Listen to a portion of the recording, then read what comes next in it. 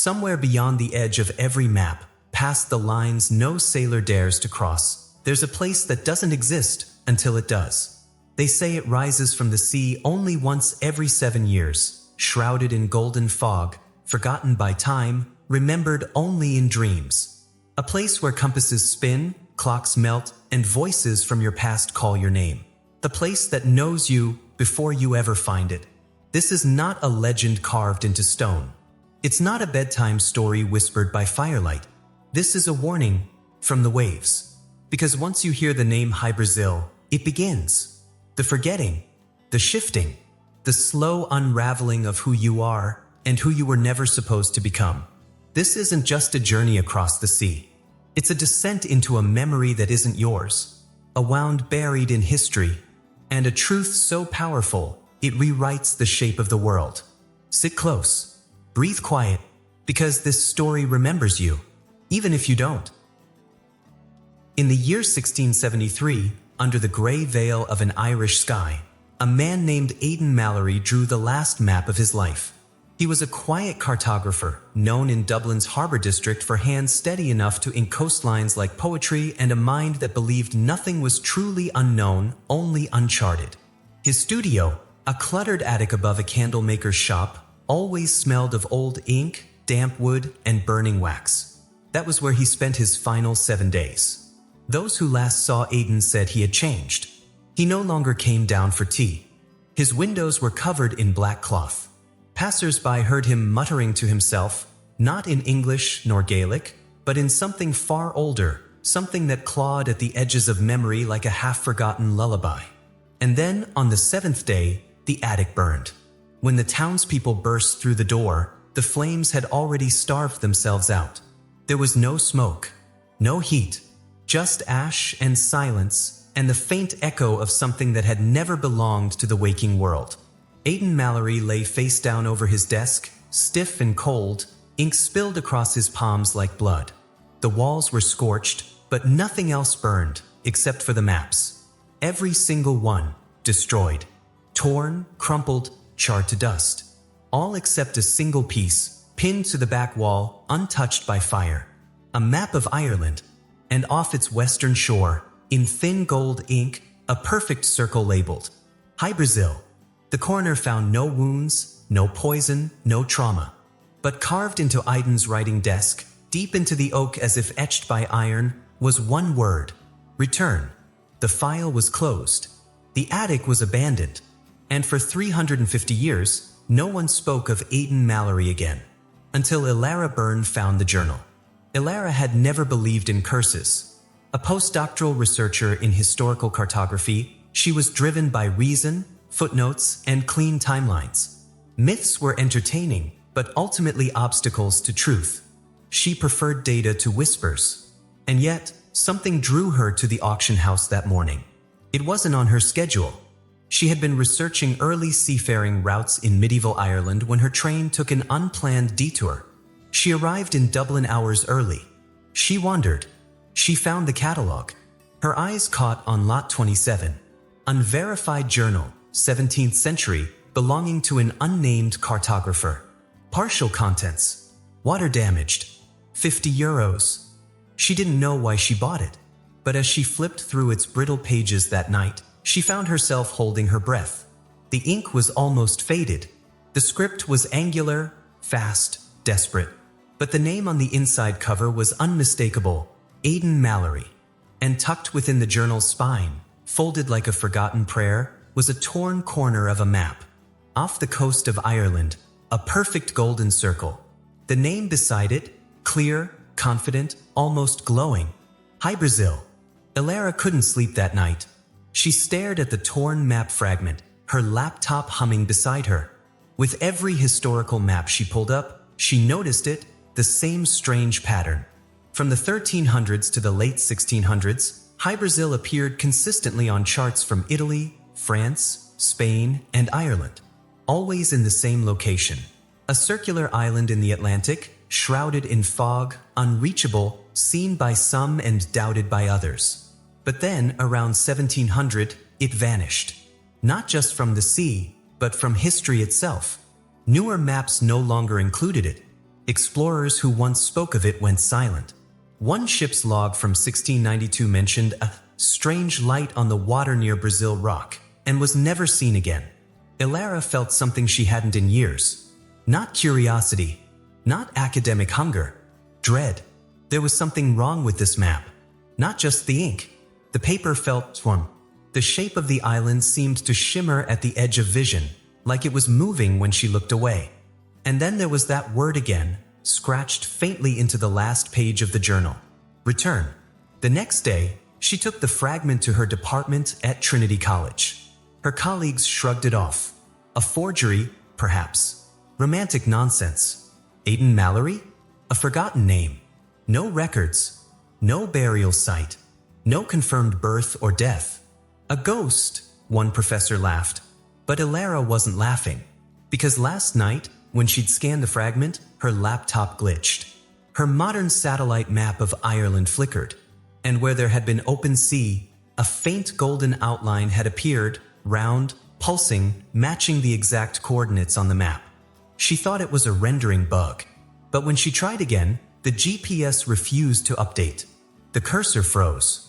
And then her laptop restarted on its own, the map still on screen. But now it was redrawing itself, line by line, coastlines curling like vines. An island forming, not copied, not uploaded, drawn, in real time. Elara didn't tell anyone. She started dreaming of waves, silent, vast, circling something just beneath the horizon, of towers crumbling under time, of voices whispering in a tongue she never learned, yet somehow understood. And always that word, return. She returned to the attic where Aidan Mallory had lived. The building had long since been rebuilt. The old shopkeeper's granddaughter now sold herbal teas and scented candles. The attic was storage, empty except for a few broken shelves and dusty crates. But Elara found a floorboard out of place. Beneath it, wrapped in layers of wax cloth and sealed in wax, was another journal. Not Mallory's. This one had no name. Its ink was darker, the pages newer, perhaps late 1800s. Inside were sketches of the island. Only now, the island wasn't empty. There were towers, roads, a language composed of circular symbols, like eyes or suns. A recurring figure, cloaked, faceless, arms raised to the sky. And maps. Not from Earth. Celestial charts. Hy-Brasil drawn in orbit among constellations, tethered by golden threads to places that didn't exist. A phrase kept appearing in the margins. Not a place. A memory. Not a memory. A summoning. Elara returned to her flat. The GPS was still redrawing. The shape now almost complete. She ran code to isolate the anomaly. But it wasn't just visual, it was layered in data. The satellite feed pulsed at regular intervals, like a heartbeat. The frequency matched an old Irish folk song she remembered from her grandmother, a lullaby about a city in the sea that only appears to those who weep. That night, her dreams turned violent. She saw fire, Aidan Mallory screaming at something not visible, tearing his own maps. He wasn't trying to share Hy-Brasil. He was trying to stop it. In the final moments of the dream, Elara saw her own hands drawing a circle in gold ink. She woke gasping. Her laptop screen glowed faintly. The map had redrawn. There, off the coast of Ireland, in the cold Atlantic that had swallowed ships and stories for centuries, was Hy-Brasil. Not in legend, not in ink, in coordinates, live feed, real time. But the island didn't sit still. It shimmered, flickered, like it was existing on the edge of the visible world. A scar in the sea. A wound that pulsed in rhythm with something older than time. Her phone buzzed. It was a message from an unknown number. You see it. Don't return alone. She stared at the screen. Her heart beat louder than the hum of the city outside. The laptop fan spun up like a warning. Her hands trembled as she reached for the journal again. On the last page, in handwriting that wasn't Aidan's, something had appeared. 7 years open. 7 years sealed. You are the first to see it twice. She hadn't told anyone. She hadn't shown anyone. She was the only one watching the map. And now it was watching her back. The lights in her flat flickered. Her reflection in the window was gone. just the dark ocean rolling in silence. And in the distance, a golden tower blinking into existence. Hy-Brasil had returned, and this time it was not waiting to be found. It was calling her. There are places on this earth that ask to be forgotten. Places whose silence is not the absence of sound, but the memory of too many voices lost. And there are those who search anyway, out of wonder, obsession, or a loneliness that cannot be named. Elara Byrne was becoming one of them. When the shape of Hy-Brasil finished redrawing itself on her laptop screen, she stared at it for hours. Not blinking, not breathing. Her fingers hovered over the keyboard, not knowing whether to close the program or press deeper. She had never seen coordinates shift like this, almost alive, like breathing. And yet, the numbers were exact. Latitude, longitude, a perfect circular patch of ocean far west of Ireland's coast. No island, no rocks, no satellite markers, just sea. That night, as cold winds scraped the Dublin skyline, she sent the coordinates to a colleague, Dr. Theo Halvorsen, a Norwegian oceanographer and data analyst known for his deep-sea acoustic mapping work. He was rational, blunt, and allergic to legend. Exactly the kind of man Elara once believed she was, before the map changed everything. She kept her email short. Found this anomaly. It's not on satellite charts, but shows consistent shape and coordinates over 600 years. Something's not right. Need your read. An hour later, he replied, "There's nothing there. No landmass. But weirdly circular, low turbulence. Dead water. That shouldn't be. Want me to run a current model?" She said yes. His next message arrived in the early morning. Center point is stable. Too stable. Ocean should drift. But it's still. Almost like a depression. No wave interference. Like something's under it. Then another, minutes later, found a similar record from a 1937 British hydrographic survey. Marked the same coordinates as echo silent. The log was redacted. "You sure this is a real place?" Elara didn't answer right away. She had already packed her bag. The sea has many languages, but the old sailors of Galway Bay speak in warnings. Elara arrived at the harbor, eyes red from sleepless nights, heart racing with a rhythm that was not entirely her own. The town was quiet, tucked against the western coast like a prayer carved into the cliffs. It was here, generations ago, that the fishermen told tales of the fog that sings and the island that follows no moon. She began asking questions. Most gave her tired smiles or shrugged off the subject entirely. But one old man at the edge of the pier, thin as a splinter, wrapped in a wool coat worn by time itself, looked at her differently when she said the word. Hy-Brasil. His name was Callum Wren, 94 years old. Said little. But when she showed him Aidan Mallory's fragment, the man's hands began to shake. "I was 11, he said, eyes fixed on the horizon. "My brother, Francis, he went out with the crew of the Galatea. Youngest on board. Promised he'd be back before supper." Callum's voice faltered, brittle as frost. They were headed west, chasing herring. Fog came in thick, heavier than sin. The Galatea never came back. Not her sails, not her bones. Nothing. Except, he pulled from his pocket an old compass. Its needle spun wildly, stopping only when it pointed west, toward nothing.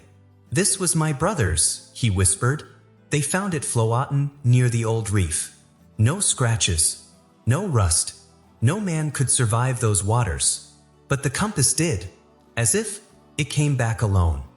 Elara collected stories like that for days. A trawler captain who dreamed every 7 years of music from the deep.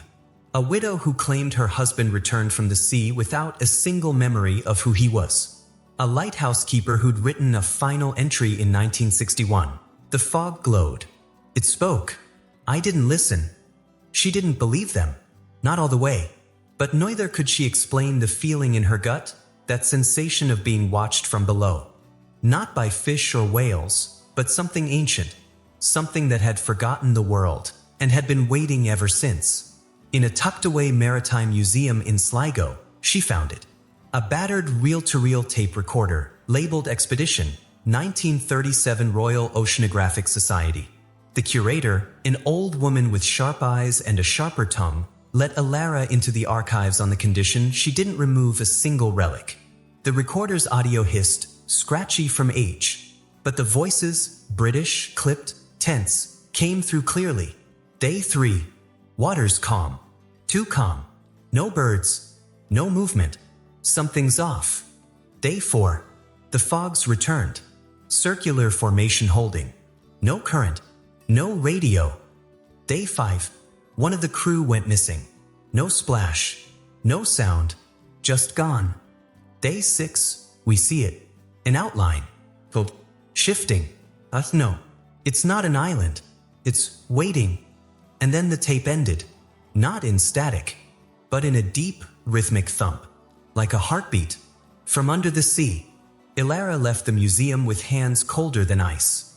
Her mind swirled with questions that had no anchor. Could all these stories be wrong? Could so many lies align into a single shape? Or were they pieces of something darker? A truth so strange it had to be erased. She returned to Dublin in silence, the train windows reflecting nothing but sky and doubt. Her phone buzzed in her pocket. Another message from Dr. Halvorsen. Ran another pass over your coordinates. Water temperature anomaly confirmed. Swarm. No underwater volcanic activity to explain it. Also, something weird. Satellite overlay showed a shadow. Not terrain. Like a structure just under the surface. Elara's breath caught. Then came the final line. You said this place appears every 7 years? She hadn't. Not yet. But he was right. The earliest map of Hy-Brasil she had found in Mallory's journal bore a note. Rises in the mist. Seen every 7th year. Then gone. It wasn't visible. It was summoned. The 7th year was now. The last confirmed sighting was logged in 2016 by a drifting cargo freighter whose radio feed distorted for 17 minutes before cutting out. The ship emerged untouched, the crew shaken, one man missing. But no damage. No evidence. That year had passed.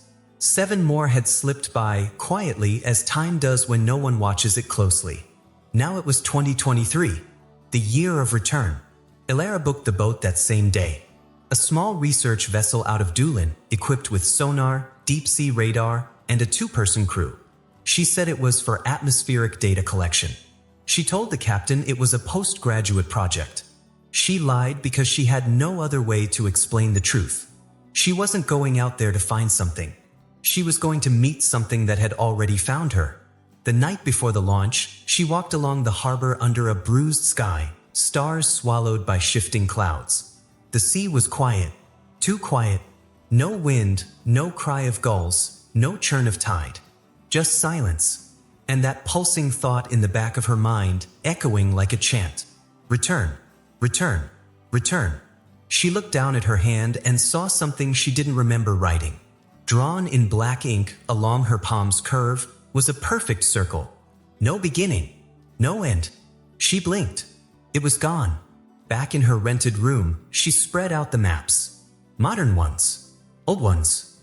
Ones so ancient their ink looked like dried blood. All of them pointed to the same place. A nothingness full of memory. She opened Mallory's journal one more time. On the back cover, in handwriting that had not been there before, was a note. The sea forgets what the island remembers. Some truths drown. Others drift back. At dawn, she boarded the boat. The sky was the color of ash. The ocean, smooth as glass. The crew joked about finding Atlantis and seeing sea monsters, but Elara only stared west, her heart tightening with each knot they sailed. The GPS showed nothing but coordinates. No warnings. No land. But the water changed. It grew warmer. Not boiling but unsettling. As if the ocean had blood in it.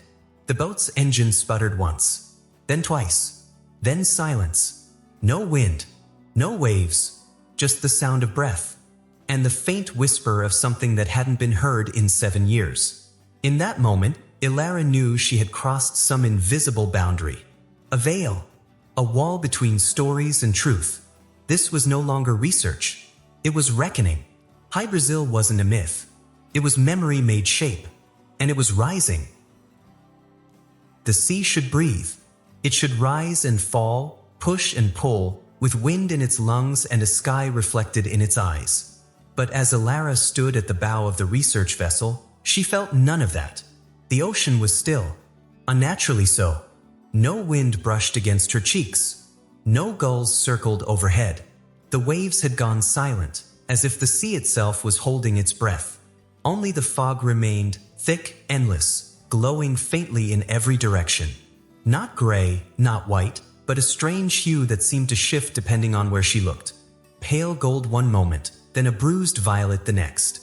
It didn't roll like ordinary mist. It stood, solid and unmoving, like a wall built by time and secrets. They had crossed into something. A border. An in-between place that maps could not hold. Behind her, the ship's crew was quiet. Jonah, the seasoned captain, had stopped whistling his usual tune. Lena, the sonar technician, stared at her screens, blinking like she was seeing ghosts. And Elara, with her journal in one hand and Mallory's coordinates etched in her mind, could feel something pressing against her thoughts. Not violently, not even unkindly, just familiar. Too familiar. Then came the whisper. It wasn't loud. It wasn't clear. But it slid along her spine like a memory uninvited. A single word, spoken in her grandmother's voice, though her grandmother had been dead for 10 years. Why? Elara turned.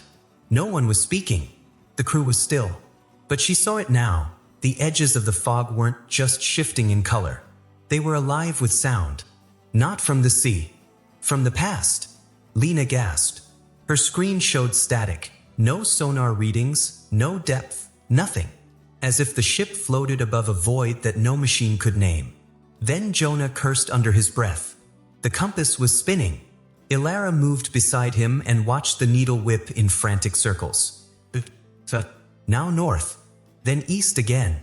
The digital backup on the console blinked out. The coordinates on her laptop froze. They weren't moving, and yet she felt motion. Not forward, not sideways. Inward. The fog thickened. Not with moisture, but with memory. That's how it felt, like they were sailing deeper into something they had already known, but had long since buried. Jonah dropped the throttle. The engines groaned, then died without protest. Silence fell. True silence. Even the waves no longer whispered against the hull. Then Lena began to cry. Not loudly, not messily, but with the quiet shock of someone who had forgotten a grief too long. Elara turned and saw her clutching a photograph, creased, faded, a boy of 7 with wide eyes and a missing tooth. "My brother," she whispered. "He drowned when I was 13. I hadn't thought about him in years." The photo had not been with her when they boarded. Jonah paled. He was staring into the fog as though he saw something Elara could not. His hands trembled. "My father," he said. "He used to fish these waters.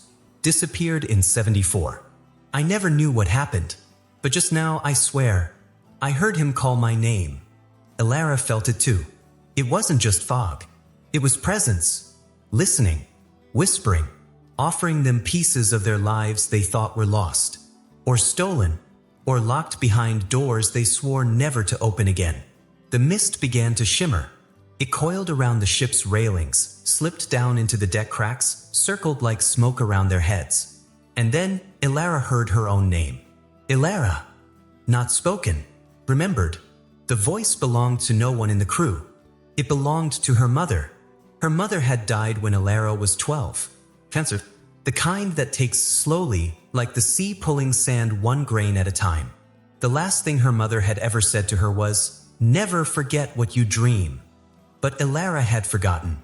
She buried her dreams beneath books and maps and logic.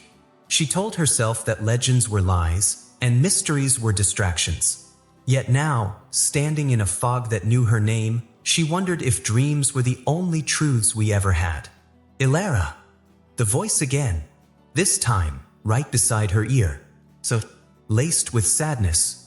She turned, and for a moment, just a breath, she saw her mother's face in the fog. Not as she was in her final days, but how she'd looked in old home videos. Laughing. Alive. Then gone. The fog shifted again. Ahead, something massive stirred. The sea parted slightly. Just enough. The mist peeled away, not by wind, but as though it were bowing, making way for something ancient. There, rising from the ocean like a cathedral birthed by the deep, stood the island. Hy-Brasil. But it was not an island in the way Elara had ever imagined. Not land and trees and sand. It was golden. Not shiny, not metallic, alive with gold. Not the gold of riches, but the gold of sunsets trapped in stone. Towering spires, worn smooth by time, reached into the mist above.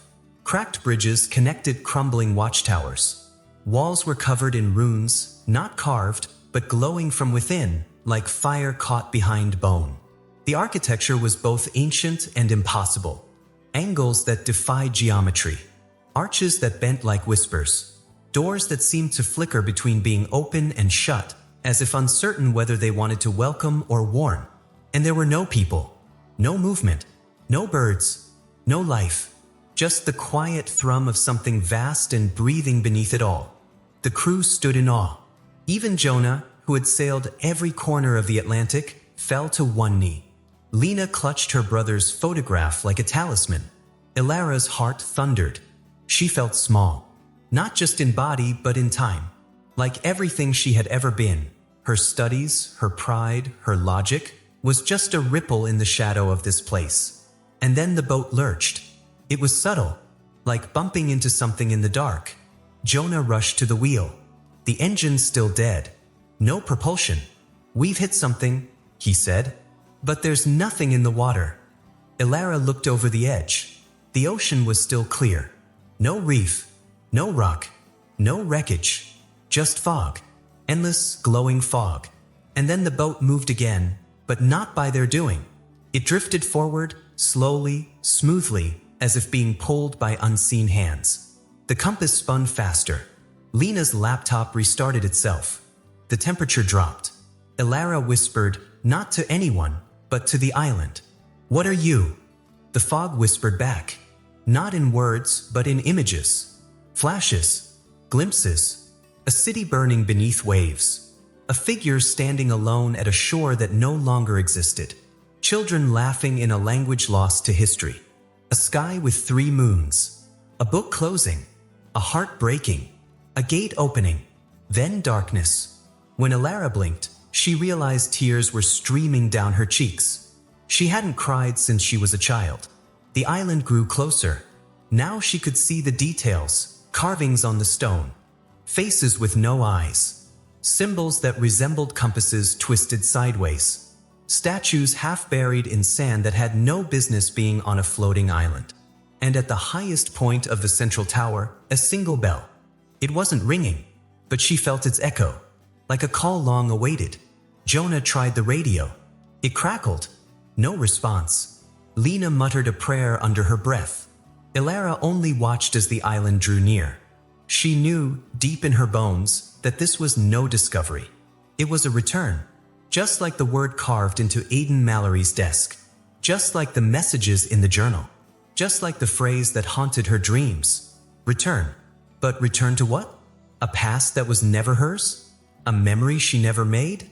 Or a promise forgotten by the world but remembered by something greater? The fog swirled once more, and the boat crossed the final threshold. The water beneath them glowed faintly. They had arrived.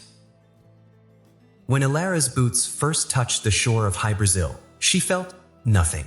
No grand arrival. No trembling earth. No shift in air pressure or blinding revelation. Just silence. Thick, complete. A silence so total that even her own breath seemed hesitant to break it. The soil beneath her feet was soft, not sandy, not rocky, but warm, like skin after sunlight. She crouched and pressed her palm to it. It pulsed faintly, not with heat, but with rhythm. A heartbeat. She looked back toward the boat, still floating just beyond the edge of the shore, shrouded now in a wall of fog that refused to let her see Lena or Jonah. For a moment, she wondered if they'd followed her. Then she forgot why she was wondering. Her eyes blinked once, just once, and the world skipped like a broken reel of film. She was standing in a clearing. The boat behind her was gone. So were her last 10 minutes. She checked her bag. Everything was there. Journal, field recorder, compass. But the small analog clock she always carried, her grandfather's, was warped. The glass face sagged like melting wax. The hands drooped downward, frozen between moments that didn't exist. She didn't panic. She should have. But a strange calm wrapped around her thoughts like thick linen. She felt still, as if a dream had settled over her shoulders and whispered, "It's fine. Let go." She tried to retrace her steps, only to realize she couldn't remember taking any. The island stretched in every direction, lush, golden, and eerily untouched. Ancient stone columns lay toppled in moss. Marbled statues stood half-swallowed by trees. Vines draped over abandoned archways, yet no leaf looked withered. Time had clearly passed here, but it had not done so in the usual way. It had curled, folded, hidden its own footprints. Elara walked forward, or what she assumed was forward. She no longer trusted direction. Her compass spun slowly in her hand, no longer frantic like before, but confused as if it too had forgotten what it was meant to point toward. She passed a building that looked like a library, though no books remained. Shelves lined the walls, carved with symbols older than language. Some pulsed faintly in gold. Others bled black shadows onto the floor. She whispered into her recorder, though her voice sounded hollow in her ears. Architecture appears Greco-Roman, fused with unknown elements. Organic geometry. No signs of life. No signs of decay.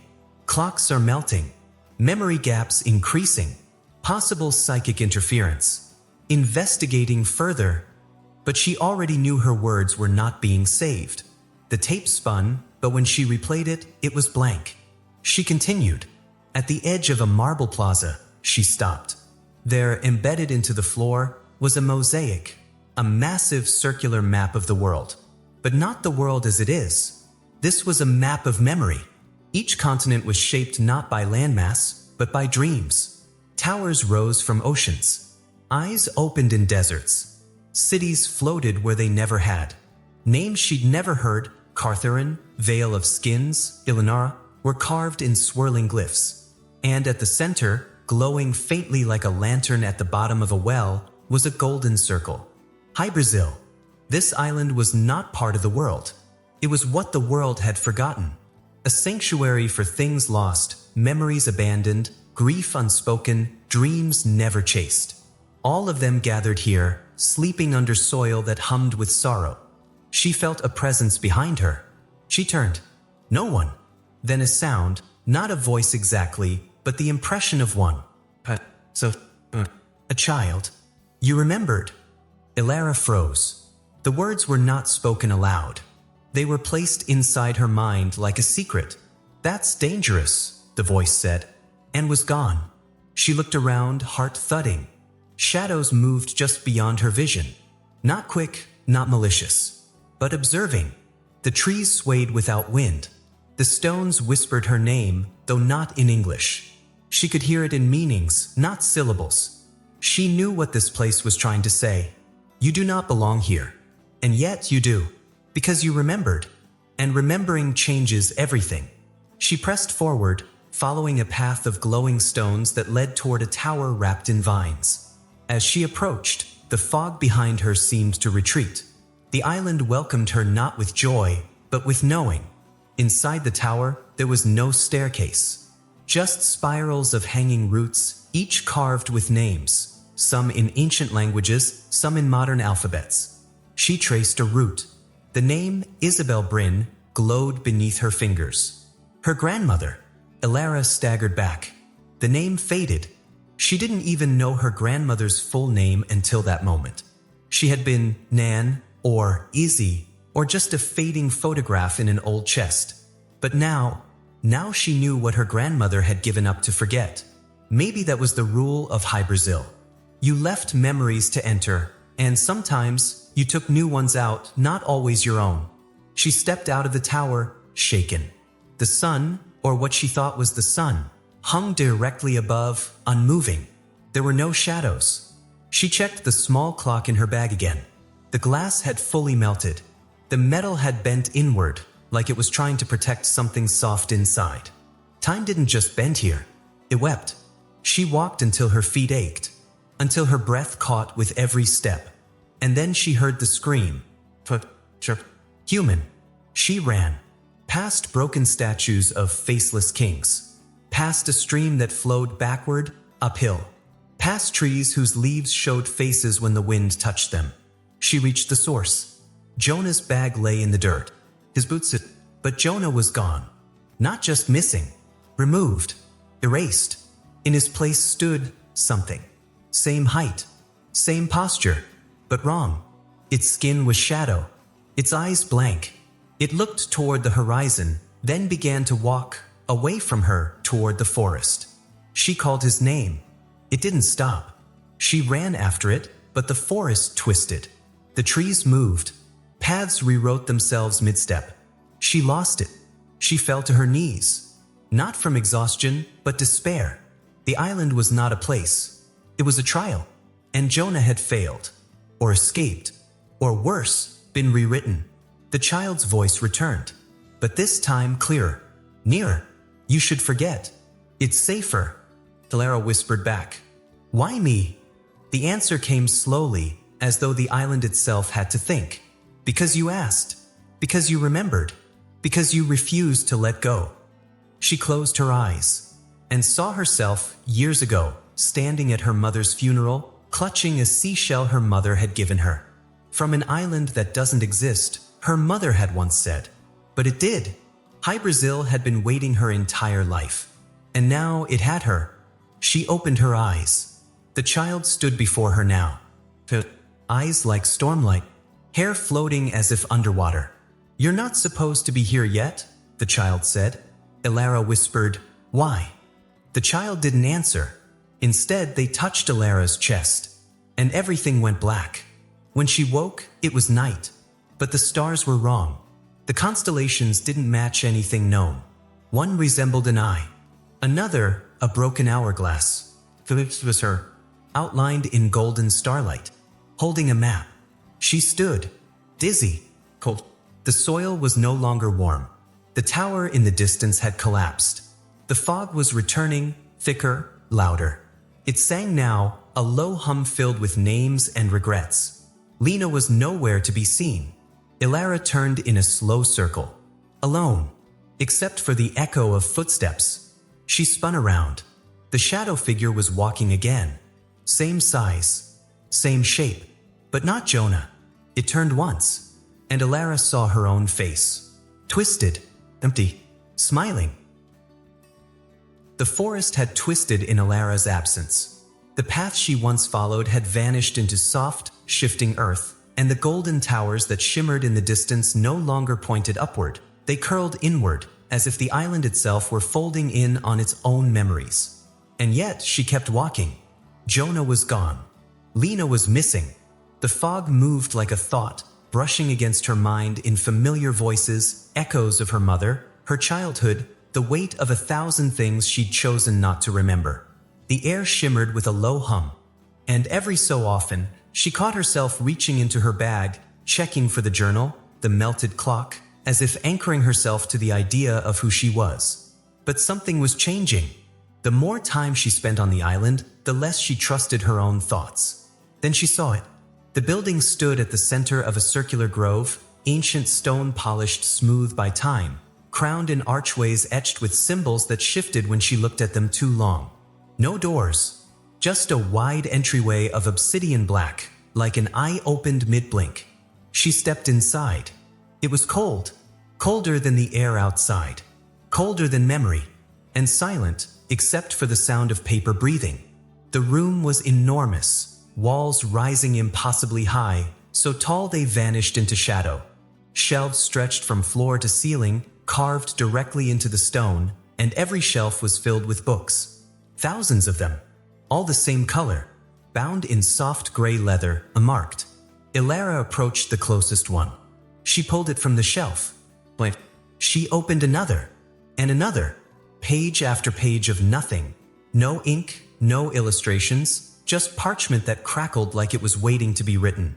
Then she found one that wasn't blank, and the world slowed. It was her handwriting. Not now. Not recent. from when she was 10. A line she had written in a school essay. If I had a secret island, I would put my dreams there so no one could hurt them. Her heart stopped. She had never told anyone that. Not her parents. Not her teachers. It had been a sentence written once and forgotten. But the page went on.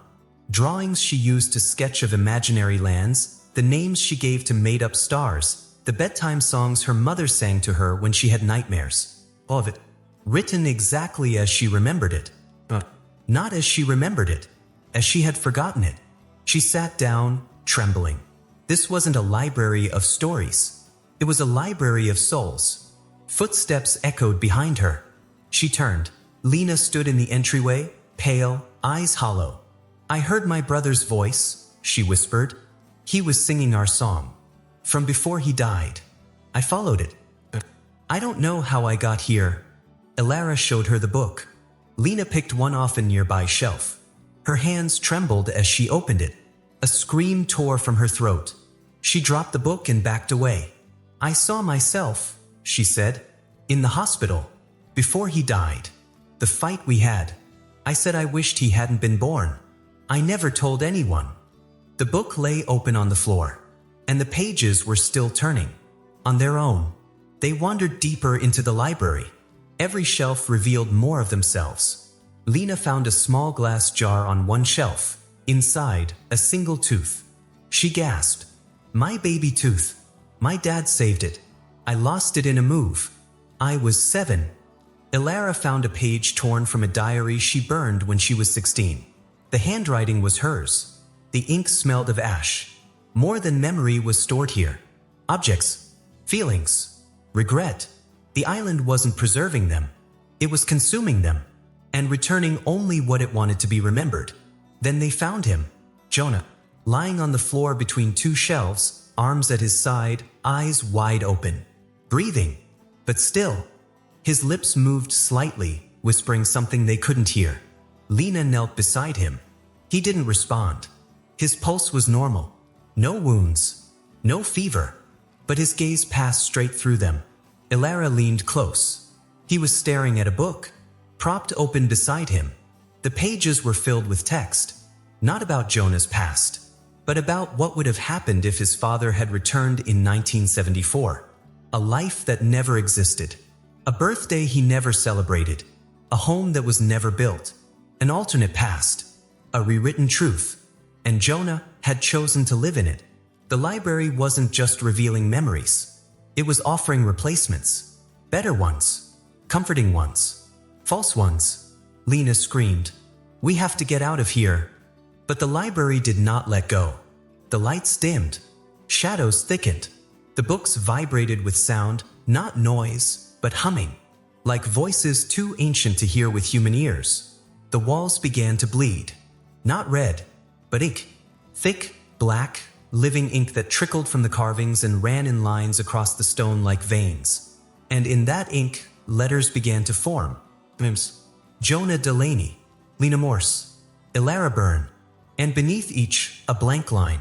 Elara felt the pull. As if the island were writing her story while she stood inside it. Writing her ending. She grabbed Lena's arm. We have to move. They ran. Through the shelves, past open books that tried to whisper forgotten lullabies and apologies never spoken. The library twisted. Corridors bent. Doorways disappeared and reappeared. But Elara followed the sound. Not the fog this time. Not the voices of the island. But her own heartbeat. She listened inward, not outward. And finally, they burst through a side passage and out into sunlight. The doors slammed shut behind them. And the library was gone. Not hidden. Gone. The grove was empty. They collapsed on the grass. The world spun around them. Lena cried silently. Elara stared upward, searching the sky for something that made sense. But even the clouds looked wrong. Spiraling shapes that didn't obey physics or form. Then Lena whispered, It's rewriting us. Elara turned to her. What? Lena wiped her eyes. That place. That building. It's not keeping memory. It's replacing it. Jonah didn't pass out. He surrendered. He let go of who he was because the story was easier. Elara didn't respond. She couldn't, because a part of her wanted to do the same. A part of her was tired of fighting to remember things that brought pain, of carrying guilt and grief and questions, of always looking back, letting the island do the remembering, letting it rewrite her into something happier, smoother, simpler, was tempting. Too tempting. But she knew better. There is no peace without truth, and no truth without pain. The ground shook, slightly. Then again, Elara rose. The soil beneath her feet pulsed once. A tremor of awareness. The island knew she had resisted, and it wasn't pleased. The trees bent inward, leaves whispering her name in mocking lullabies. The fog returned, slow and glowing, coiling between trunks. She backed away, then stopped, because ahead, the ink was rising from the ground, forming shapes. Pages. Thousands of pages. Hovering in the air like birds of shadow, each one bearing a name, a date, a secret. And they were writing themselves. Each one a life, a lie, a memory stolen. Elara whispered, "It's growing." Lena nodded. "The more we remember, the more it takes." They stood together as the pages began to drift downward, settling around them like falling snow. And far, far in the distance, a bell rang. The pages were still falling, not from trees, not from sky, from time itself. They drifted like ash around Elara and Lena, soft as silk, heavy as memory. Each one bore a name, a secret, a moment forgotten. They gathered in the grass, layered in spirals, forming paths toward places that didn't exist seconds ago. Paths that whispered, "Follow me," in voices no longer alive. But Elara didn't move. She stood frozen, watching the ground pulse beneath her. The soil wasn't dead. No, it throbbed with awareness. The island had been awakened, and it was watching. Lena clutched Elara's arm. "I think it knows we know." Elara nodded. "This place doesn't appear every 7 years. That's not how it works." Lena turned to her, brow furrowed. "Then what is it?" Elara knelt, lifted a page from the grass. Her own handwriting. A dream she'd had when she was 8, standing in the middle of a golden field, calling out to something she couldn't see. She told no one. She had forgotten it herself. Yet here it was. Hy-Brasil didn't return on a cycle. It released people, every 7 years. Not to be discovered, but to be forgotten. They weren't witnessing a resurfacing. They were standing inside a trap that opens from the inside. They walked through a grove now fully changed. The trees tilted away as if recoiling. The air was heavier, each breath filled with the weight of centuries.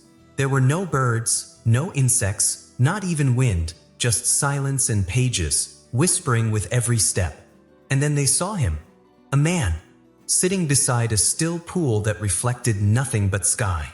He wore a black waistcoat, high-collared, with brass buttons dulled by age but uncorroded by time. His hair was silver at the edges, but his skin unwrinkled. Ageless. He didn't turn when they approached. "Elara Byrne," he said. Her blood chilled. She'd never seen him before. "I've been waiting for you." He stood slowly, his hands clasped behind his back. "You're from the 20th century?" Elara nodded. 21st, Lena corrected softly. The man smiled. Then I suppose I'm a bit out of step." Elara narrowed her eyes. "Who are you?" "My name is Thomas Marin. I was part of the Royal Cartographic Expedition of 1891. Our vessel, the Caledonia, entered the mist west of Ireland. I have not aged since." Lena's eyes widened. "That was 132 years ago." Thomas nodded, serene. "According to your time." They sat with him beside the pool. The air here was clearer, like something inside the island couldn't reach this place. Thomas seemed at peace. Too at peace. Elara asked the obvious question, "Why are you still here?" He didn't answer right away. He reached into a satchel and pulled out a book. Not bound in leather. Not marked in ink. Carved from stone. Thin, layered plates of black shale, etched in spirals that moved when she stared too long. He opened it. Inside were maps. Not of land. Of people. lines tracing from faces to dreams to forgotten places. Hy-Brasil isn't a location, he said softly. It's a seed. It plants itself in the minds of the curious, the grieving, the broken. Those who dream vividly, who remember things they never lived. Every dream of a perfect place, every myth of a city in the sea, every child's drawing of a circle in the water. That is where it grows. He pointed at the center of the map. Elara leaned forward and saw her own face. Not a drawing, not an image. A perfect etching of her likeness, formed from dust and shimmer. You dreamed of Hy-Brasil before you knew the name, Thomas said.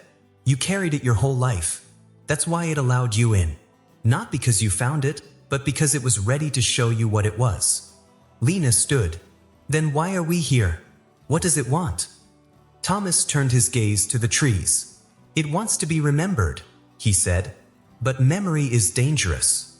So it allows some to leave changed, scrambled, unwell. It filters its truths into the world through those who survive it. But not many do. Elara's voice was low. How many have made it out? Fewer than the number of stars above us. His hand trembled slightly as he turned the page. And there, carved into the slate, was a list. Dates, names, all from different centuries. Elara's breath caught in her throat.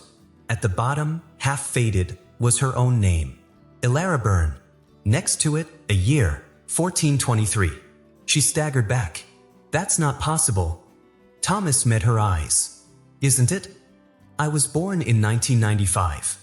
Perhaps, or perhaps this is not your first time here. Elara's mind reeled. Was it possible? Had she been here before? Was her entire life a second telling? Was Hy-Brasil not just a place of memory, but of rebirth? Lena whispered, Time here, it doesn't move forward, does it? Thomas shook his head. It moves inward. Every visitor lives their own loop. Sometimes 7 minutes. Sometimes 7 centuries. And sometimes it never ends. The wind picked up. But it wasn't wind. It was breathing. The trees around them shifted. The pool turned dark. And the sky fractured. Like glass cracking, the air shimmered with unseen lines. A flock of birds flew overhead, only they weren't birds. Ships. Shadows. Echoes of lives unlived. Thomas stood. It knows we're too close. He handed Elara a page torn from the stone map. A circle. Inside, thousands of threads. Emotions. Events. Hy-Brasil drawn like a brain. Or a heart. It's inside all of us who remember it, he said. That's how it survives. Elara looked down. One thread pulsed. Her name. Her memories. Her grief. It was feeding on her. Thomas turned to leave. Where are you going? He paused. I'm not leaving. I never could. But you still can. How? He smiled sadly. By forgetting. Then he vanished into the trees. No farewell. No sound. Just gone. Lena looked at Elara. We need to get out. Before we lose ourselves. But Elara's eyes stayed on the stone page. Her name. Dated 1423. Not once, but twice. Beside it, a single word etched in red. Returned. The sound of waves had returned. Not soft, not gentle, accurate. Measured. Deliberate. As if the ocean had remembered what water was supposed to sound like after too long a sleep. Elara and Lena stood at the edge of the cliffs, looking down at what should have been familiar, dark waves, endless horizon, a path to freedom. But the sea below was not the same sea that brought them here. It had changed, and it remembered. It didn't reflect the clouds above. Instead, it showed visions. Elara could see people, her people, moving beneath the surface. Faces from childhood. The man who taught her how to use a compass. Her first teacher, who told her fairy tales before introducing her to maps. Her mother. All of them walked in strange, slow circles beneath the water, unaware of each other, of her, of everything. Then she saw Lena's brother, smiling, and walking in reverse. Lena fell to her knees. Her breath caught in her throat. She didn't say a word, but her face was carved in grief too deep to touch. The ocean was not a sea anymore. It was a mirror, and it showed not what the sky looked like, but what the soul refused to forget. "We can't cross that," Lena finally said. Elara didn't answer, because she wasn't sure it was possible. The waters shimmered with a hue not found in nature, something between memory and metal. Like the surface had been polished with sorrow. Thomas's map had warned them. Hy-Brasil exists inside the minds of those who remember pain most vividly. And now they stood before an ocean made of memory. A sea of secrets. A place where truth took shape and swam. And something inside Elara whispered, "You must go in." But first, she saw something she had buried for decades. At the far left of the shoreline, the mirror sea parted slightly. And there, just under the surface, faint, flickering, and impossibly real, was a bedroom. Her bedroom. Not as it was now, but as it had been when she was 10. Tattered wallpaper. Glow-in-the-dark stars. A teddy bear with one missing eye. And a small girl curled on the bed, silent. Not sleeping, just waiting. Elara stepped closer. She wanted to look away. She couldn't. The image changed. The girl was screaming, but there was no sound. Her mouth was wide open, her face red, her fists balled so tight her knuckles split. Then a door opened in the image. Her father walked in, and walked out, walked in again, and walked out again, never looking at the girl, never hearing her scream. She had been forgotten. She hadn't remembered that moment in years, perhaps ever. She had convinced herself her childhood had been safe, structured, but it wasn't true. There were nights her father didn't come home, days when her mother stared at a wall and never spoke. She had cried into a pillow, promising herself one day she'd be someone important, important enough that people would never forget her again. That had been the deal she made with herself. And Hy-Brasil remembered it, because that kind of pain is the seed the island feeds on. Lena whispered behind her, "We're not meant to leave, are we?" Elara turned, shaking. "No, we were never meant to return." "But the ship was never real." Lena flinched. "You mean?" Elara nodded slowly. "The ocean didn't bring us here. The island did. It chose us." They walked along the shore, hoping for anything, anything that resembled a boat, a path, even the return of the fog. Instead, they found him again, Thomas, standing atop a distant rock, looking out over the mirror sea. He turned as they approached, but something was different now. His eyes, those calm, unreadable eyes, had changed. They were blank, empty, like glass filled with smoke. "I told you could leave," he said, voice smooth as ever. "But you're not real," Elara replied. He smiled. "No, I'm not." And the truth struck her like a blow. He had never been from 1891. There had been no Caledonia, no expedition, no Royal Cartographic Society mission. Thomas Marin had been created, not by the island, but by her. A manifestation of her deepest fear, being forgotten. That's why he had remembered her name. That's why he knew her dreams. That's why he had shown her the map, because it wasn't his map. It was hers. The map of longing, the map of loss. And now he was fading. His features blurred, his edges softened like smoke touched by wind. Then he was gone. The island was giving her one final choice. Go forward, or go under. Elara took off her shoes. The shore stung her skin, hot and buzzing. Lena tried to stop her, but Elara stepped into the mirror sea. It was warm, not like bathwater, but like breath. It clung to her like silk. As she waded in, her reflection did not move. It stayed still, staring up at her with wide, frightened eyes. Then it smiled. Elara froze. Her reflection had not smiled. And the moment she realized that, everything fell away. She was beneath, not drowning, not floating, suspended. All around her were lives, memories, people. She drifted past versions of herself, crying, laughing, building, destroying. One version screamed at a wall. Another danced in a wedding dress. Another held a child. None of them were her, and all of them were. The sea whispered to her in every voice she'd ever known. You are not Elara Byrne. You are every pain she swallowed, every word she never said, every moment she erased. You are what remains when memory is stripped away. She looked down. Beneath her, something gleamed. A body. Her own. Eyes closed. Lips parted. Hair drifting like seaweed. Elara stared. She was already dead? Or dreaming? The mirror sea asked her to choose. If she swam toward that body, she would wake. But wake where? In Hy-Brasil? In her childhood? In nothing? Or, if she let go, would she dissolve into the archive like the others? Become a page in the great story the island was writing? Become peace? She felt the pull. Felt the quiet promise of stillness. Of release. And for a moment, she considered it. After all, hadn't she spent her whole life running from memory? Wouldn't it be easier to let it all go? But then, a voice. Not from the island. Not from her past. But Lena's. Above the water.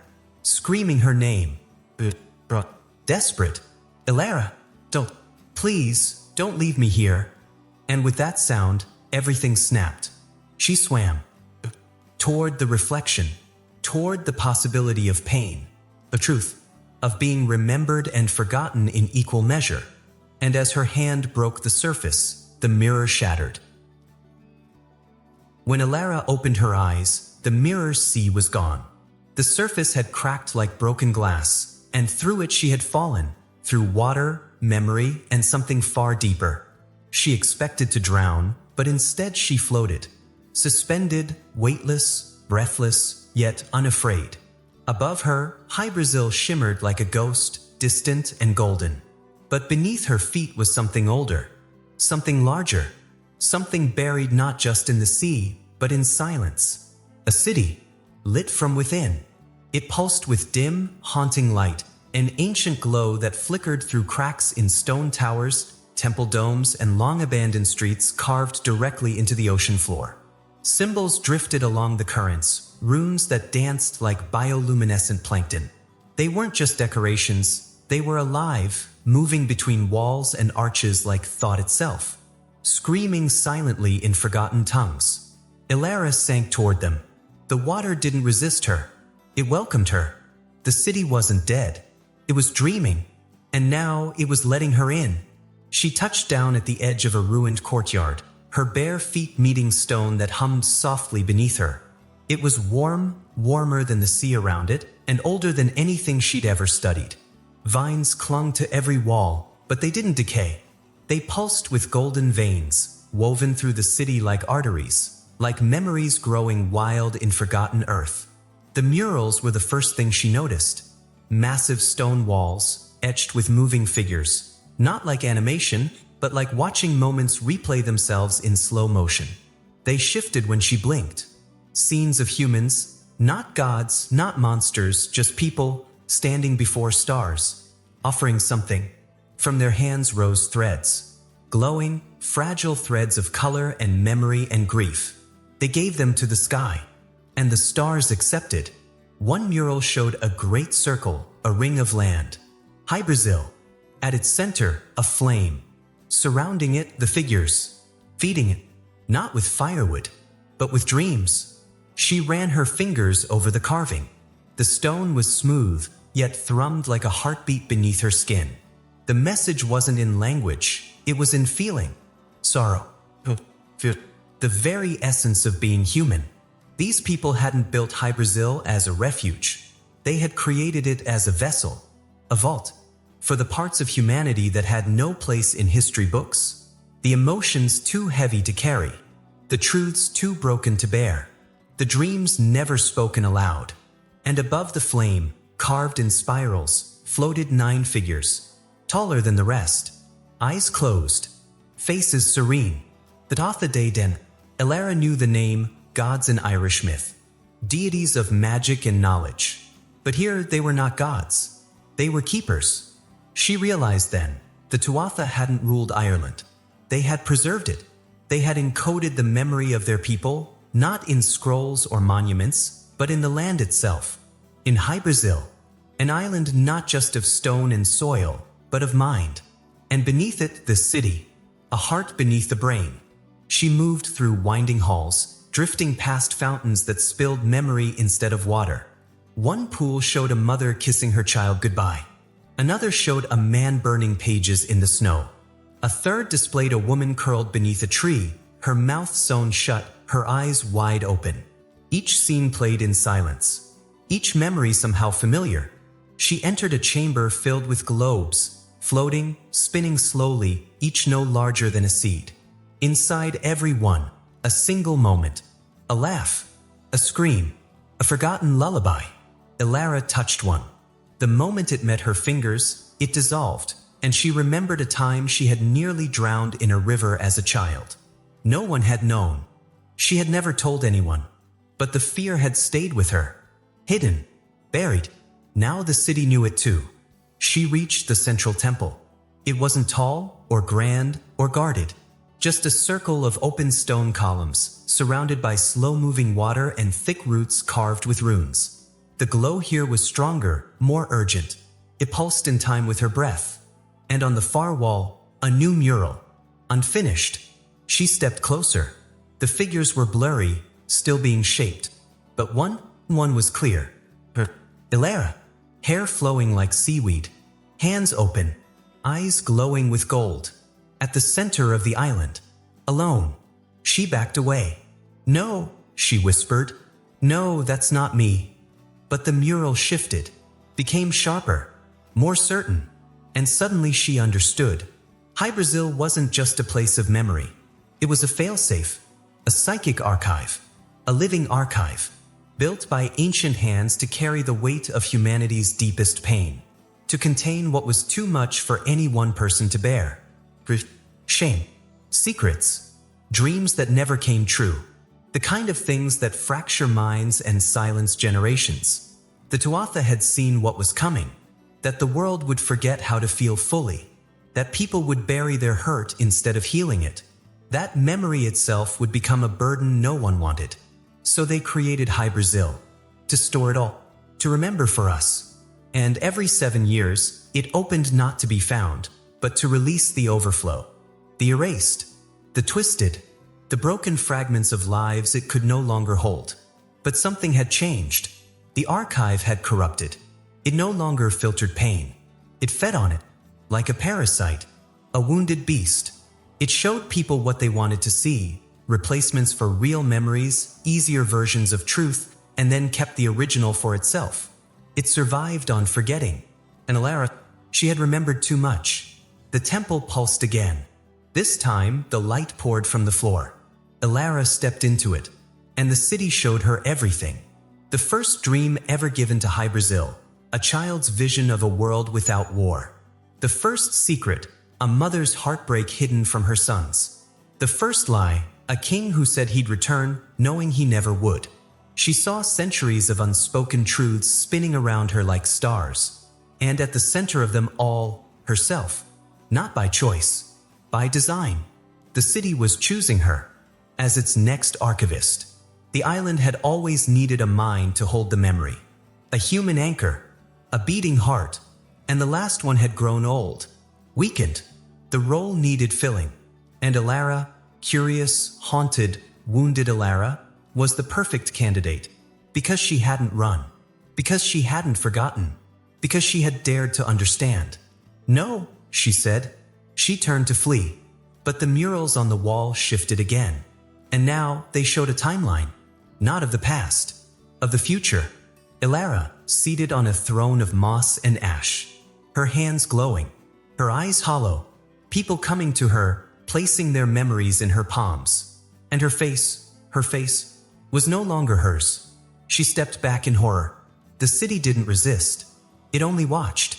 The lights dimmed. The runes fell still. And the door behind her opened, letting her leave.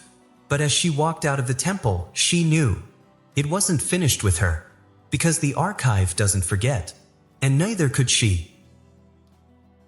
Elara walked through silence, the kind of silence that listens, the kind of silence that waits. Behind her, the city beneath Hy-Brasil pulsed in dim, rhythmic light, a sleeping machine of memory. Ahead, the golden jungle had folded open once again, revealing a path she hadn't seen before. a narrow corridor of moss and stone, stretching into the deep heart of the island. She followed it. Every step grew heavier, not because her body tired, but because something else was pulling on her, tugging at the edges of her identity.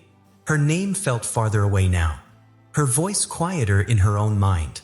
She clung to small things to stay anchored, her mother's lullaby, the scent of old paper, the sound of rain on glass. But even those began to flicker. The jungle opened into a clearing, and there, in the center, stood a woman, or what remained of one. She wore no crown, no robes, no symbols of power, only a gown made of threadbare memory, stitched from faded cloth, rusted buttons, and forgotten keepsakes. Bits of lace, an old photograph, a child's sock, a wedding ring. Her skin was pale as ash, weathered like bark. Her hands shook faintly, but her face was the part Elara would never forget, because it had no eyes, just smooth skin where sight had once been, as if they'd been closed long ago and never reopened. Still, the woman turned to her, and when she spoke, her voice came not from one mouth, but from thousands. A chorus, men and women, old and young, laughing, sobbing, whispering, screaming, all at once. "Elara Byrne," they said, "we knew you would come." The archivist, the keeper of Hy-Brasil's memory, the one who carried every dream too heavy to bear. Elara stood frozen. "I saw what's beneath," she said. "I saw the city." The woman nodded. "You saw the seed. Now you've come to meet the root." Elara stepped forward. "What is this place really?" The archivist gestured toward the island, the jungle, the sky. "This is the house of forgetting, the sanctuary of the almost, the cradle of what never became." The voices shifted tone, becoming softer, sadder. Every time someone dreams of Hy-Brasil, it grows. Elara's breath caught. "What do you mean?" The woman's hand brushed a tree beside her. A branch bloomed instantly with faces. Each leaf bore a memory. Children dream of golden islands where no one hurts. Artists dream of places where stories are safe. Grievers dream of shores where the dead remember their names. And so it builds. And so it feeds. Elara stared at the tree. Her own face appeared on one leaf, young, alone, eyes closed. "All this time, I thought we discovered it," she whispered. "No," the archivist said. "You built it. All of you." She explained it slowly, as if the knowledge itself had weight. Hy-Brasil had been seeded by the Tuatha de Dantas, but it hadn't remained static. It was alive, not in flesh, but in memory. Each person who mourned something unspeakable, who wished for a refuge beyond pain, who whispered stories in their sleep, the island absorbed them. Not by magic, but by echo, by resonance. Grief is a geography of its own, and Hy-Brasil was the map. But over time, the island's purpose had fractured. What was once a safeguard had become a trap. Because humans no longer dreamed only of peace. They dreamed of erasure. They dreamed of forgetting. And Hy-Brasil listened. Now the island was bloated with sorrow, overfilled, unstable. It had reached the edge of itself. The city beneath groaned with pressure. The sky above shimmered with cracks. Soon it would collapse. Unless someone became the next vessel, the next anchor, the next archivist. Elara's knees weakened. "You mean you want me to stay?" "No," said the voices. "We do not want. We only are." Elara shook her head. "But I have a life. A real one." The archivist stepped closer. "Do you remember it?" The question hung heavy. And for the first time, Elara felt doubt. She could picture her flat in Dublin. Her office, her journals. But the images weren't sharp. The sounds were faded. Even her mother's face, the one thing she'd clung to, felt too still, like a photograph she'd stared at for too long. She grasped for her own name in her mind. Elara Byrne. But something was wrong. It didn't feel like it belonged to her anymore. As if it were something she'd borrowed. The archivist saw the change. "It has begun," she said. "There must be another way." Elara's voice cracked. The woman extended her hands, palms etched with thousands of fingerprints. "We are not a curse. We are a necessity." A memory too vast must live somewhere. Elara turned to run. The jungle closed. She spun in place, dizzy. The sky darkened, and every tree around her bore her face. Hundreds of versions. As a child, as an old woman, as the archivist, the voices rose again. "Name yourself, or we will do it for you," she screamed. "I'm Elara." But even as she said it, she wasn't sure anymore. The ground beneath her trembled. Not violently, but like a deep exhale. The island was waiting to be chosen again, to be anchored, to be remembered. And Elara stood at the center of it all. A name drifting from her like fog, a life she could no longer grasp. And far beneath her, in the city of runes and dreams, the murals were changing again. The throne no longer empty, her face no longer hesitant, only patient, only watching. It began with silence, not the silence of nature, nor the hush of awe or grief. This silence came from within Elara, a stillness where her voice used to live. She opened her mouth to speak and found nothing.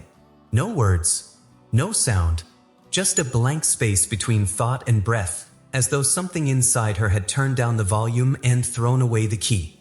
She tried to call out for Lena, but the sound died in her throat. Even her own name, when formed in her mind, felt foreign. The shape of it crumbled. A name she'd carried her whole life, now hollow, heavy, and slipping from her grip. Her thoughts echoed strangely. Not like thoughts, like someone else thinking through her. The fog thickened.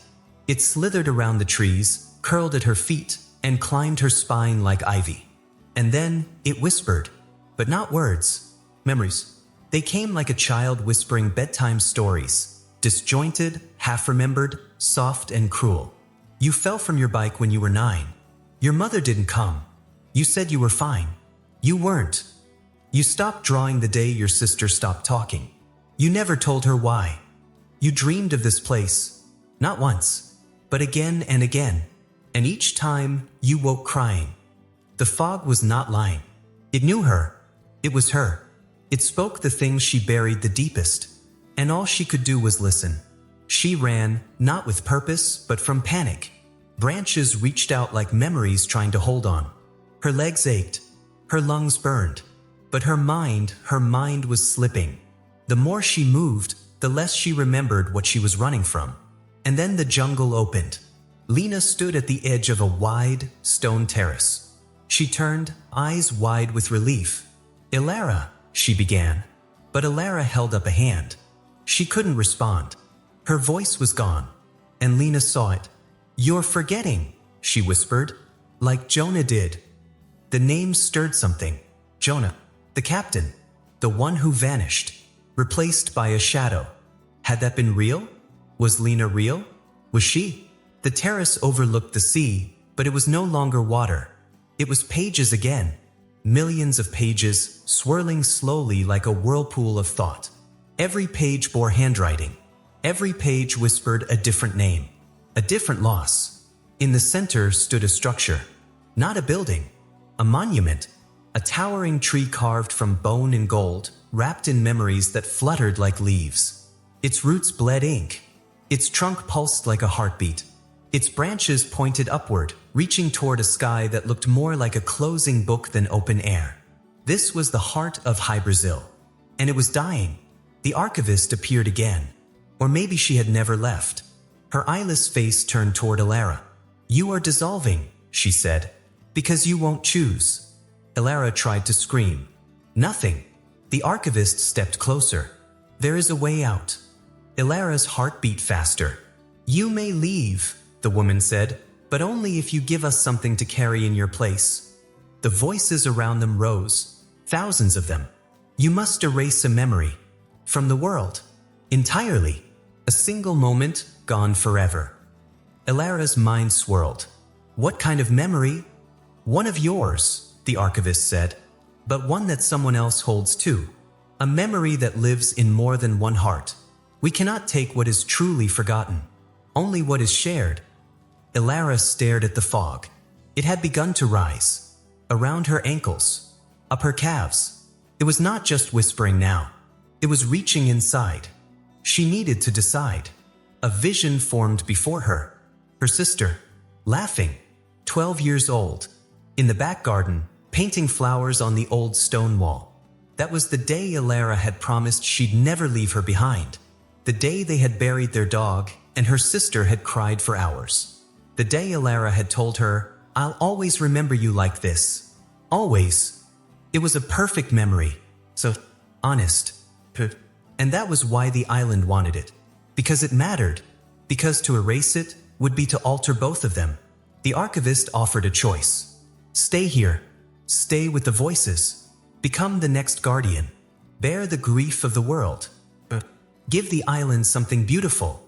And be set free. Elara tried to speak. To say no. But her tongue felt like stone.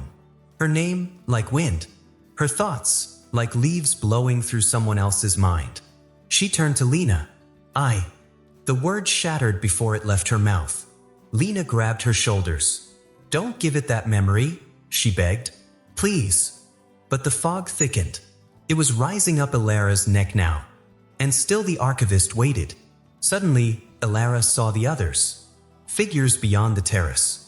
The lost crew of the Galatea. The boy from the 1937 tape. Survivors who had never escaped. All of them watching. All of them waiting for her to join them or leave in their place. One by one, they turned away. Faded. She looked at Lena again. This was the price. To leave Hy-Brasil, she had to forget something precious enough to matter.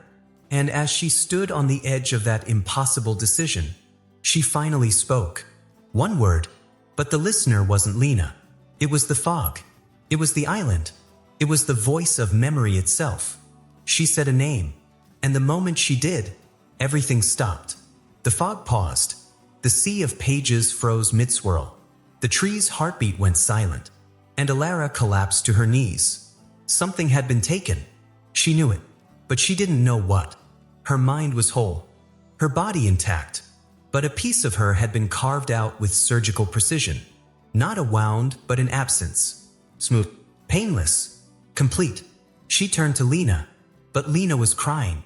Not because she understood, because she didn't. What did you do? She whispered. Elara didn't answer, because she no longer remembered what she had forgotten. And neither did Lena. Only the island knew now. Only the island carried it. A breeze rolled in. The fog began to pull back. The jungle unfolded into sunlight.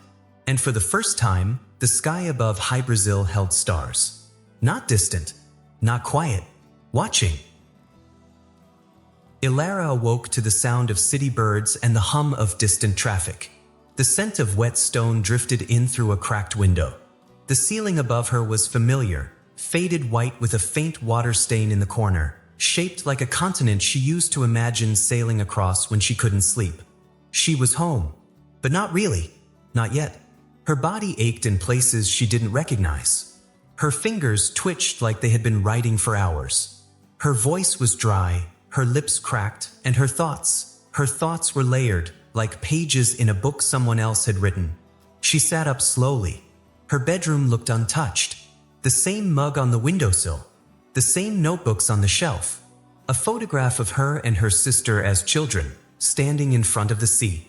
She didn't remember returning. She didn't remember saying goodbye. Only the fog. And the forgetting. Outside, Dublin was unchanged. The same cobbled streets. The same uneven chimneys. The same gulls crying as if they'd been calling her name for centuries. And yet, something was wrong. The city moved past her like a dream someone else was having. People bustled, children laughed, a dog barked at a lamppost. But none of it reached her. No one looked at her. No one greeted her. And when she walked to her building, key in hand, her neighbor's door didn't creak open like it always did. No curious glance. No polite hello. Just a silence that echoed too long after her steps. The apartment was dusty, dim, forgotten. Like her. The first thing she noticed was the map.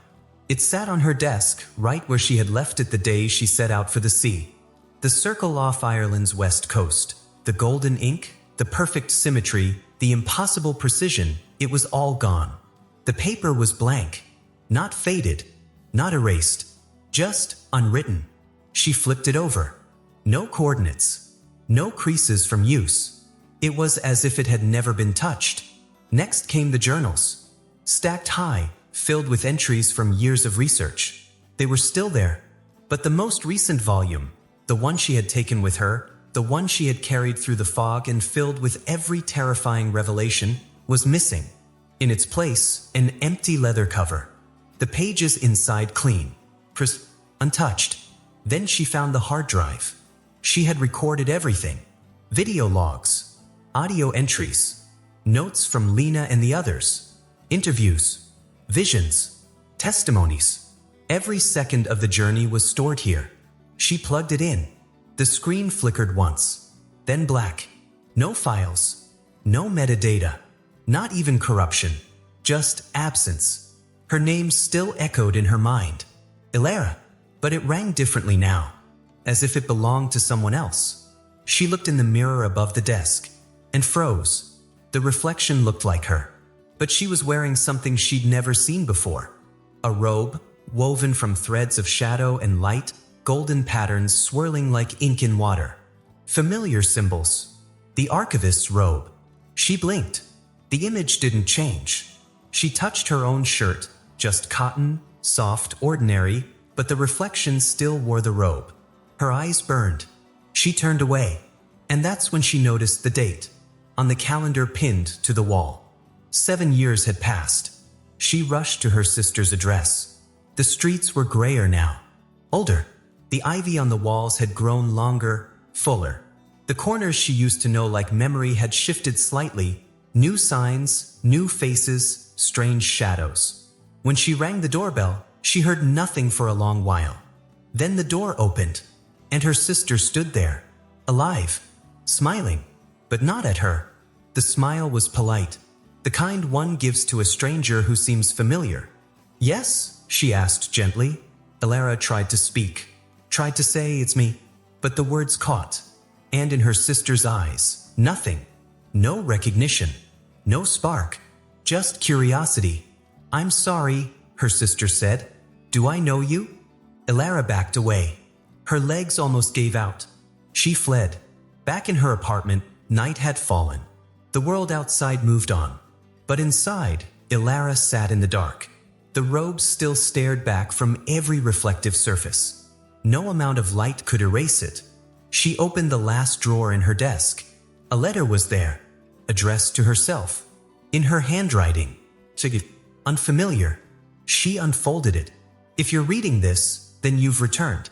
But you won't remember all of it. That's the price. You gave something precious to leave. I don't know what it was. I made sure of that. But know this, Hy-Brasil isn't finished. The island never ends. It sleeps, waits, breathes beneath memory. And you brought some of it back with you." She turned the letter over. Nothing else. No signature. Just a faint outline of a circle, drawn in ink so old it had nearly vanished. She didn't sleep that night. Couldn't. Every time she closed her eyes, she heard the fog whispering names she didn't know. Dreams she never had. Screams that belonged to someone else. The next morning, the fog rolled into the city. Thick and gold at the edges. The same kind that had surrounded the island. And far, far in the distance, above the Atlantic, just where sea meets sky, she saw the shape again. A ripple. A shimmer. Hy-Brasil. Rising. Someone else would find it. Someone curious. Someone broken. Someone dreaming of a place where memory could be forgotten. They would go. They would believe they were the first. And when they arrived, she would be there. Not Elara. Not anymore. Just a woman in a robe. Eyeless. Waiting. It began, as it always does, with a whisper. Not in the wind, but in the mind. A soft tug. A thought that didn't belong. A name repeated in dreams by people who had never heard it spoken aloud. Hy-Brasil. This time, it began with a child. Her name was Niev, and she was 8 years old when she first heard it. The sound came from her grandmother's mouth in the middle of the night. A sleep talker, they'd always said. Niev had crept to the doorway of her room to listen, the air heavy with stillness, and heard the old woman say it like a prayer. Not loud, not frantic.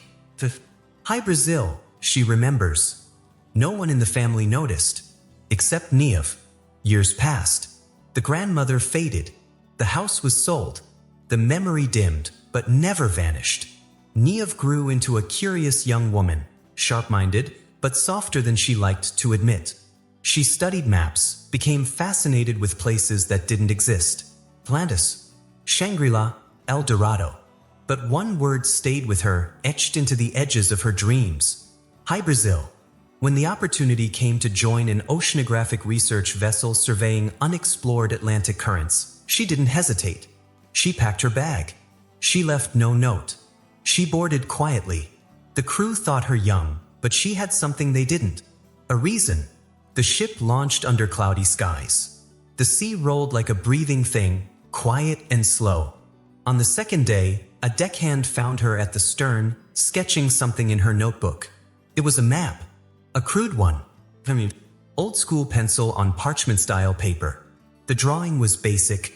Coastlines, notations, compass rose. But there, off the west coast of Ireland, sat a single golden circle. No label. Just a feeling. And the captain, who had seen one too many storms, looked at it for a long moment before quietly folding it closed. He said nothing, but he altered course. They drifted for 3 days. No storms, no birds, no signal. On the 4th morning, they entered a fog. The instrument spun. The GPS failed. The sea grew warm, and Niev stood at the bow, unmoving, her eyes locked on the horizon. She whispered to no one, "She's still here. This is where I must tell you something, because I am no longer who I was. I speak now as the island. I am not stone or soil. I am not wind or wave. I am memory. I am what you forget, what you abandon, what you lock away and promise never to revisit. I am where your grief grows legs, where your pain finds shelter, where the pieces of your heart that do not fit in the world come to breathe. You do not find me by accident. I appear for those who ache, for those who dream too deeply, for those who carry sorrow like a compass. They always come. Every few years, the world spits out someone who needs me. Not everyone survives the return, but someone always remembers. And with each memory offered, I grow. Not bigger, deeper, older, more fractured, because forgetting is a defense. But I was built to hold what could not be held. And sometimes I crack. When Niev stepped onto the shore, she did not see ruins. She saw stories. Each tree was a forgotten name. Each stone held a secret too heavy to speak. She walked through me with open eyes, like someone revisiting a place they'd never seen but always loved. The others did not follow. They stood at the edge of the beach, uncertain, as the fog circled like arms around them. One by one, they would turn away, or vanish, or stay, as all do. Niev found the circle of columns first, the temple of memory. She traced the carvings with her fingertips, and like the others before her, Clara, Lena, Jonah, and all the rest, she felt the pull. But something was different, because I remembered Elara, and I remembered the moment she chose to leave behind a piece of herself to escape. That missing memory? It echoed in Niev now, like a soft space between two thoughts, like a lull in a dream. And Niev carried it without knowing, because memory is not just a record, it is inheritance. She wandered deeper into my heart. She passed the ruined towers, the mirror pools, the bleeding walls of ink. She sat at the base of the great tree made of gold and bone. And she listened to me. I told her of the Tuatha De Den, of the cities beneath the sea, of the archivists who bore the world's forgotten truths. I told her everything, because she was not afraid. She had not come to conquer me. She had come to belong. I let her see Elara, not as she was, but as she had become. Eyes empty, robe flowing, mouth sealed by memory. She stood at the far end of the island, watching the sea like a guardian of a story that could not end. And Niev did not weep. She only nodded and whispered, "I understand. Some souls come here searching. Some come here hiding. But every so often, one comes ready." Niev was ready. And when the fog rose again, when the island sank back beneath the tides of silence and time, she remained. not trapped, not erased, but remembered. Oh, you will hear rumors of a girl who disappeared without a trace, of a ship that vanished in clear weather, of a map found in a drawer that no one remembers drawing. A simple map, a coastline, a golden circle, Hy-Brasil. And when you see it, if you see it, know this: it's not a legend, it's a mirror, and it only reflects those who still hurt. In a child's bedroom in Galway, a mother opens a drawer and finds a piece of paper. Her son has drawn something strange. A circle. In the sea. No name. Just a golden ring, glowing. She asks him where he saw it. He shrugs. In a dream, he says. An old woman gave it to me. She pauses, then folds it away. But she cannot throw it out. She won't throw it out. Something tells her it matters. And far out at sea, where compasses fail and fog lingers too long, the wind stirs, the ocean stills, and something ancient rises from the deep. Golden towers, breathing stone, the heart of memory itself. Hy-Brasil forms again, and I open my eyes, because I remember you, even if you no longer remember me, even if you never knew me at all. I am still here, waiting, watching, becoming. And so, the mists roll in once more, swallowing the island, the memory, the name, Hy-Brasil, until even the stars can no longer find it.